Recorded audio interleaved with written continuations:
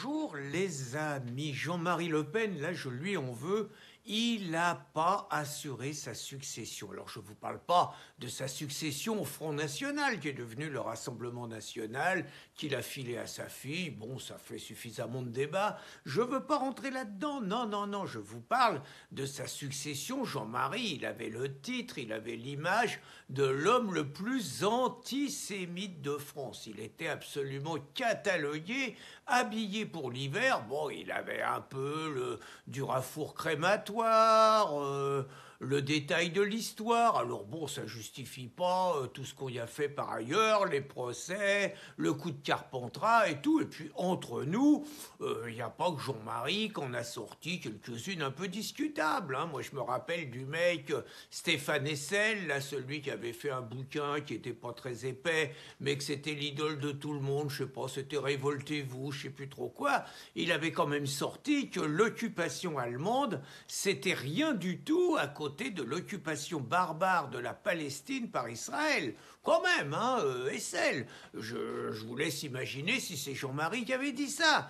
Ou alors tous les immigrationnistes qui comparent l'expulsion, la reconduction d'un clandestin à la rafle du Veldiv ou à l'envoi des Juifs à Auschwitz. Vous voyez un peu les comparaisons quand même, excusez-moi, mais là on est dans le négationnisme le plus total, parce que si franchement les Juifs n'ont pas été plus maltraités que les clandestins qui se font virer de France, très franchement les nazis c'est qu'ils n'étaient pas bien méchants.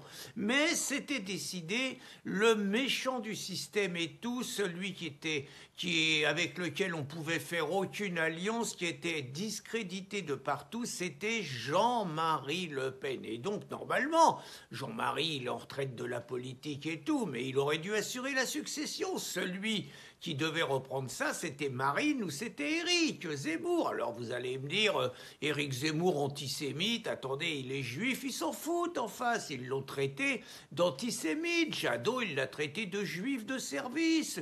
Il y avait pendant la campagne, il y a eu des graffitis de gauchos sales juifs qui n'ont ému personne, il n'y a pas de problème. Et puis Marine, Marine, on ne peut plus la traiter d'antisémite. Même Meyer Habib, il a dit que maintenant elle était rentrée à nouveau dans l'arc républicain. Donc résultat, la politique a horreur du vide et c'est Rachid Mélenchon qui a piqué la palme. C'est lui maintenant qui a remplacé Jean-Marie Le Pen, c'est lui qui est considéré comme l'antisémite du système. Plus personne veut le voir, les gens ils pincent leur nez quand il arrive, il est cramé Jean-Luc. Alors tous les mecs de gauche déjà, hein, les écolos, les socialos, les communistes, ils veulent plus entendre parler de lui. Puis même des gens à l'intérieur des Insoumis, hein, il y a Ruffin, on le voit venir de loin celui-là, il y a la Raquel, il y a Corbière, il y a Clémentine Autain. Vous voyez, tous les petits quinquas, quoi, qui se disent, bon, le vieux, il a fait son temps. Il a 70 ans, bon, il en aura 77 en 2027, il faut qu'il dégage, quoi, voilà. Et donc, ils frétillent un peu et ils se disent qu'après tout, s'ils pouvaient aider Jean-Luc à dégager, il serait pas contre. Et puis, bon, il se défend comme un bon diable, Jean-Luc. Il envoie Mathilde Panot, qui se bat aussi à l'Assemblée, alors elle se défend bien, hein. Elle dit qu'un mort palestinien, c'est comme un mort juif, c'est pareil. Elle renvoie les deux de dos à dos, vous voyez, elle nous fait un petit peu un numéro de pacifisme, vous voyez, pour justifier quelque part les nazis islamistes, hein, mais elle nous fait un numéro de pacifisme, vous voyez, c'est un peu le côté 5 minutes pour les juifs, 5 minutes pour les nazis, c'est l'égalité, vous voyez, donc un mort juif, c'est comme un mort nazi, c'est un mort de trop, vous voyez, c'est quand même une égalité un tout petit peu manipulatrice, mais qui peut piéger des candides, et donc il se bat bien, il essaye de rattraper un peu quand même, bon, le coup du Hamas, pas terroriste, bon, ça va être dur à remonter,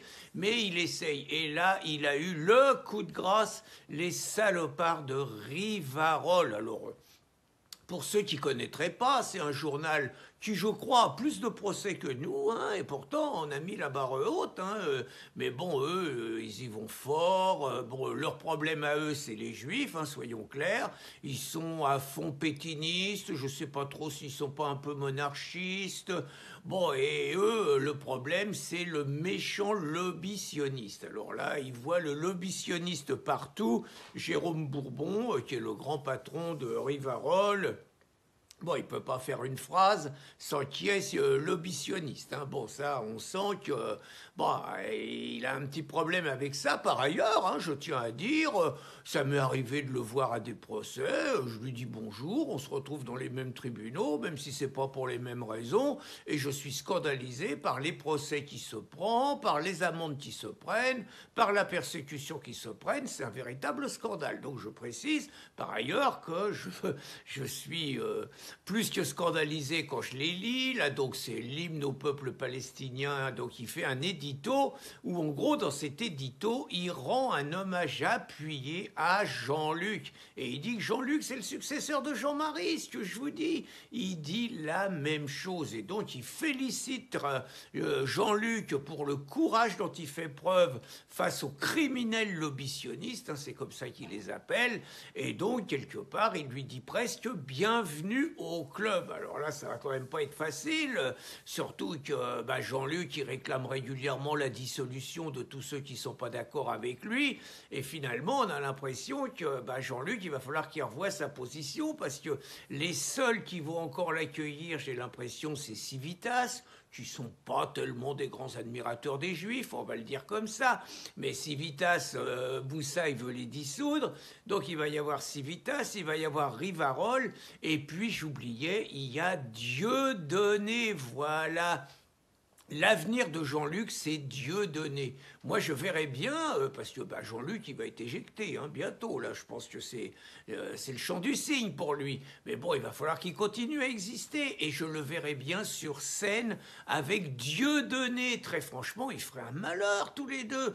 Hein, Jean-Luc en vedette américaine, même si le mot ne lui plairait pas trop. Mais Jean-Luc en vedette américaine, et puis surtout, il ferait un tabac, parce que Dieudonné, il est viré de partout. Dieudonné, il est interdit de séjour. Alors, il n'y a plus personne qui veut lui louer des salles. Alors, il essaye de faire ça avec son bus ambulant. Mais même son bus ambulant, dès qu'il arrive, il y a les flics qui doivent trouver que c'est lui qui pose le plus de problèmes. Donc, il y a les flics qui arrivent sur ordre du préfet, sur des plaintes de la LICRA, de tout ça. Et il se fait virer de partout. Et c'est là que Jean-Luc, il serait utile. Parce que, très franchement, j'ai regardé Dieudonné. Je vous ai mis une image, là, sur TikTok. Il est trop gentil, Dieudonné. Il parlemente, il discute et tout, alors que Jean-Luc, vous vous souvenez de Jean-Luc le jour de la perquisition, lui ça se passe autrement, et le sketch ça serait finalement peut-être la partition de Jean-Luc lorsque les flics veulent le virer avec Dieudonné et qu'il hurle « La République c'est moi ». Ah finalement il va nous manquer Jean-Luc. Bonne journée à tous.